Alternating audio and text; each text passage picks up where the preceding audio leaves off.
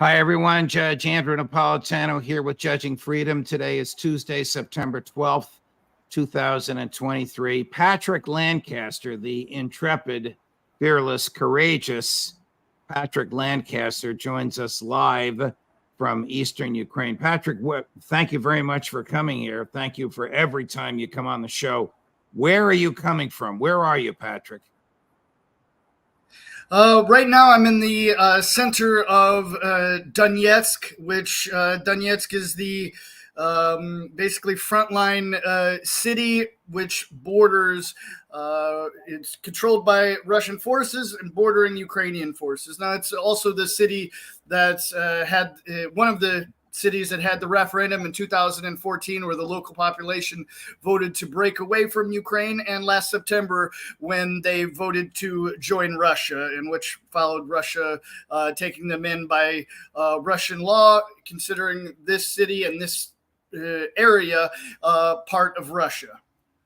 Were there, since you were on last, a couple of things have happened. The Wall Street Journal reports that the Ukrainian troops have moved eastward and breached the first of the three defensive rings that Russia has built. Nobody else is reporting that, and our military people don't believe it. I'll let you opine on that in a second.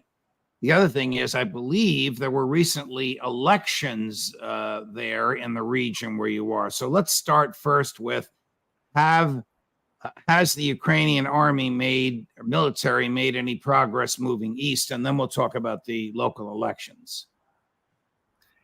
Okay, well, the West keeps pushing on this counteroffensive that's been going on since the beginning of the spring.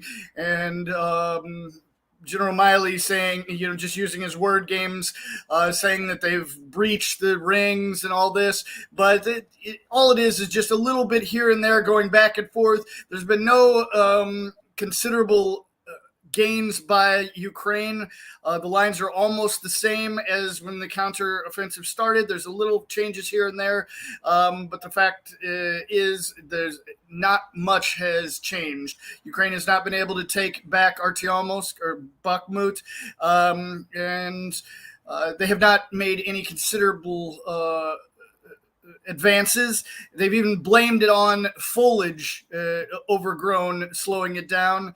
And they keep saying it's not over. The counteroffensive's not over. It's going to go into the winter. Well, what are they going to blame it on in the winter? The snow? But in the reality, all jokes aside, before the winter starts, it's going to get really muddy and things are going to slow down. So they've had several months, and the counteroffensive doesn't seem to have given much result. So it doesn't seem like coming into the winter, that's going to change. Here's a clip of President Zelensky just either yesterday or the day before on CNN, basically saying that they waited. Well, there's two waitings he's talking about. One is Ukrainians waited too long to start the counteroffensive, and the other is, this is critical of his masters in the West. The West waited too long to get equipment to him that he needed. But you take a listen, and you may agree or disagree. When we speak about the counteroffensive, it depends on many cases. Of course, we gave a lot of time for Russians. We gave a lot of time to prepare, to mine, to put the mines in. To put the mines on the fields and on the big territory. And so you see the three defending lines. And that's because you were waiting for Western the weapon. weapons. That's why I said it depends on many issues. We waited too long. It's true. No, I'm thankful to partners, to the United States. I'm thankful very much to President Biden and to Congress. But we have to understand, we waited too long. They put mines. Then when we been ready from the point of view of our partners, because the decision to give us, for example, Bradley or another kind of weapon, the decision, it doesn't mean the result. You don't get them immediately. Of course you don't. Of course you don't. So it sounds like he's critical of his own people for waiting too long to start the offensive and allowing the Russians to make that area of Ukraine the most mined land on earth. And he's also critical of the West for not getting military supplies to him fast enough. What do you think? Seems like it's just the next round of excuses that he's making of why their counteroffensive is not giving any results. It'll be interesting to see what excuses he comes up with in the winter. But that's what I can say about that. How aggressive is the Ukrainian bombardment of Ukraine, killing Ukrainians in eastern Ukraine? The government of Ukraine bombing eastern Ukraine, destroying Ukrainian property and killing Ukrainian people. That's where you are, right? Well, I can tell you where I am. The United States in Europe, and of course Kiev, calls it Eastern Ukraine. But if you ask the people who live here what country they live in, and which you can see in my reports, I do every time. I always tell the people that I'm interviewing, I say, the United States, Europe, and Kiev says that Donetsk is Ukraine. What do you have to say about that? And they laugh at me and say that Donetsk is not Ukraine. Donetsk is Russia, and they're Russian people, not Ukrainians, regardless of what Kiev and United States and European countries say. All right, those human beings and the real estate on which they live are being bombed by the Ukrainians, right? Yes, that is a fact. I can take you through you mentioned the elections as well. I can take your viewers through how the last week to 10 days has gone. On the 31st, on the 31st of August, the elections, mobile election centers started. Now, this election is Russian election. This is the first time the people of Donetsk have had an opportunity to take part in Russian elections, Russian governmental elections. Now, this started with the mobile election polls that were going around from the 31st to the 7th and going to places where maybe the people would not be able to go to the polls. So that went to about a week. And during that time, Ukraine was hammering Donetsk, the city of Donetsk, in many different areas and other places, other villages around. And literally every day there were civilians dying from Ukrainian shelling and many apartments and homes damaged. This is a fact. This is not my opinions. This is a fact of what happened. Now, on the 8th, the polling stations opened for the first time. Not mobile stations, but the stationary stations at the school where people can come from their homes, come to the official polling stations and vote in the Russian elections. Now, I started my reports there and interviewed many people who were there on the polls about what they have to say. I also interviewed workers and politicians who are actually candidates. And as far as the locals, they said that how happy they were to be able to take part in the Russian elections for the first time. It was a holiday for them, they said. And actually, in fact, the 8th, the 8th was a holiday. It's the anniversary of the removal of Nazis from Donbass some 80 years ago. And they looked at this as a new holiday for them. Now, again, I told them all, I say, the United States and the West says this is Ukraine. And every single resident here says this is Russia. This is a fact, whether the West likes it or not. This is the facts of what the people want with self-determination. Let me just stop you. Let me stop you for a minute, Patrick. Let me just stop you for a minute. What was going on in the election? What were they voting on or voting for? What were they voting about? These elections were basically, like you could say, state elections, local elections, for what the equivalent to a governor would be, and deputies and things like this. I mean, it's a stepping stone. It's not the presidential election, but it's a stepping stone for the people. And nevertheless, no matter how big of an election it was, there access. Now, during these days, while I'm reporting, Ukraine continues to bombard the city of Donetsk, where I am right now, with shells. And on Sunday, I was at one location where they hit. I was actually on Sunday at least 6 locations that were hit by Ukrainian shelling. We're going to show one of those locations now.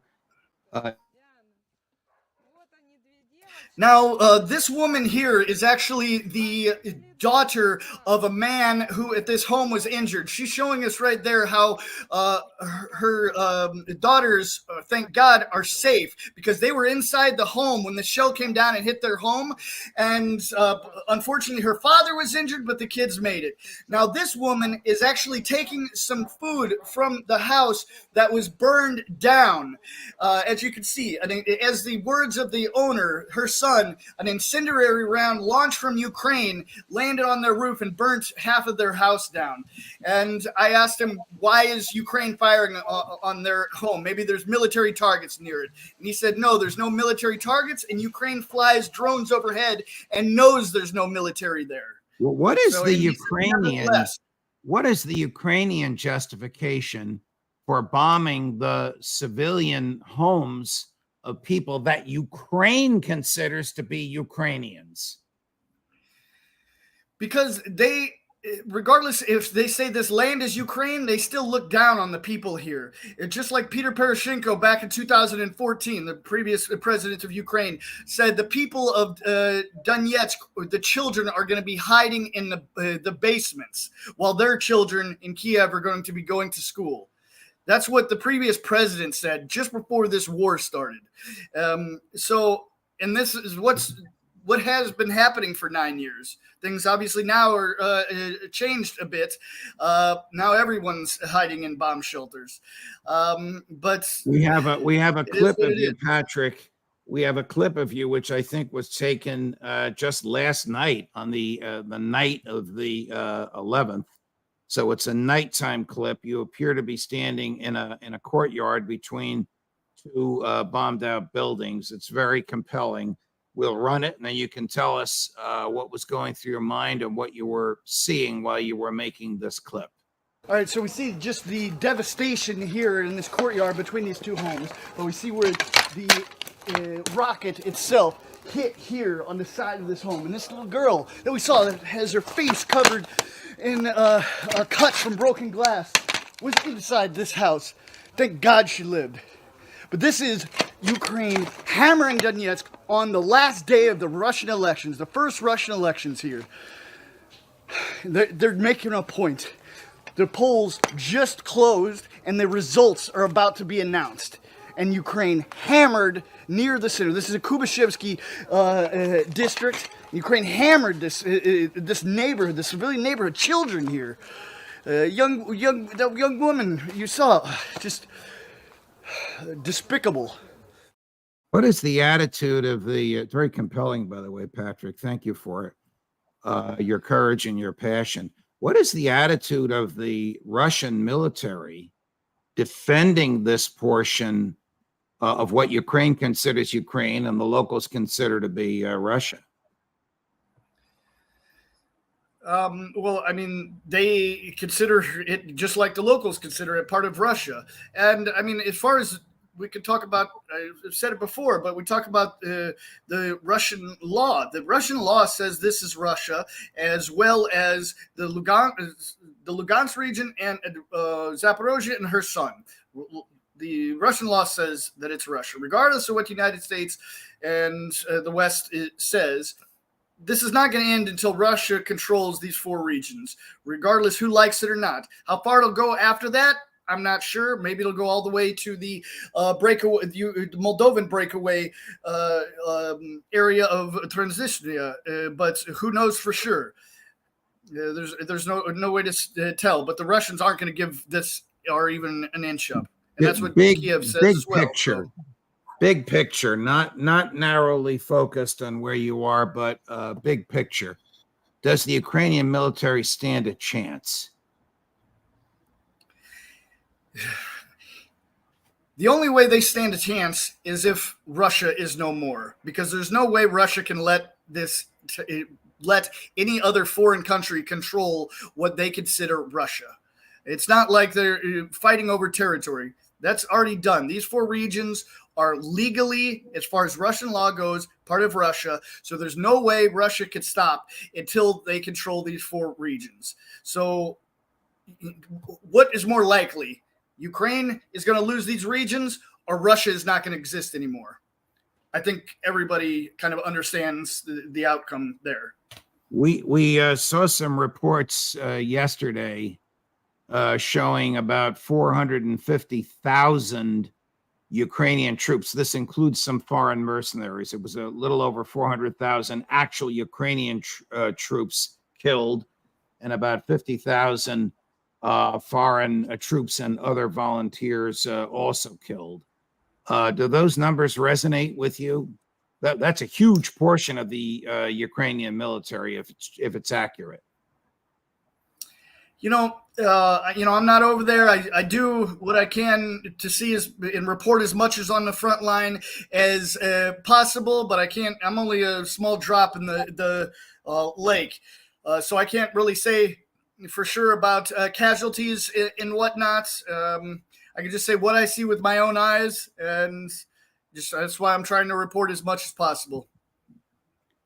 Do the Ukrainians lament the pace at which American aid and Western aid has been getting there? Or do you think they recognize that Ukraine has become a vassal state of the United States? We're paying for its government.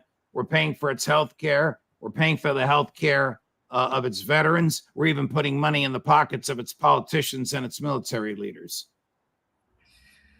Well, I mean, it's somewhere around 25 billion, 250 billion over all the Western countries. So, I mean, I think the people of Ukraine realize that things aren't going in the right direction that they might necessarily want them to go. Again, I'm not over there. It's just, for my opinions, which I don't like to put my opinions in my reports, but occasionally let things come through.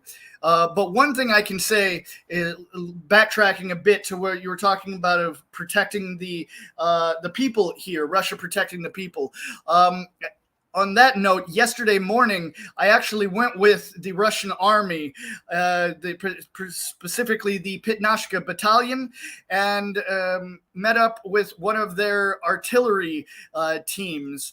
And they had received reconnaissance that a group of an artillery battery of Ukraine had been located, and purportedly it had been one of the artillery batteries that had been launching on the city of Donetsk during the elections and causing all this damage, all this horror throughout the days of the election. And I actually documented Russian forces firing artillery onto these batteries, and explained by the commander of the artillery brigade, they had, as he put it, eliminated them.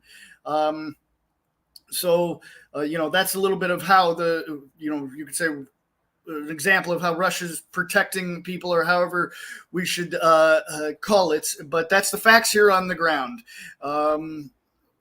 So, I'm not sure what else I can say about that. Okay, all right. It's the middle of September. Winter will be there in 2 months. How much longer do you think the conflict will go on? I don't think this will be the last winter.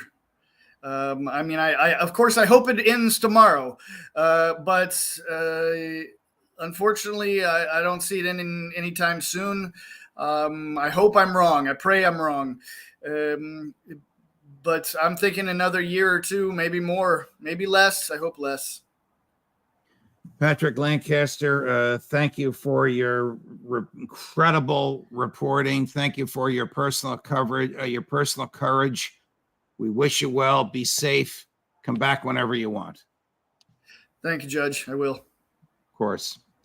Wow, there you have it, live from the Donetsk region of Ukraine, the type of one-on-one commentary that you really don't get anywhere else. Tell your friends, tell your colleagues about Judging Freedom. Tell them to subscribe. Tell them what we do. We look out for your liberty.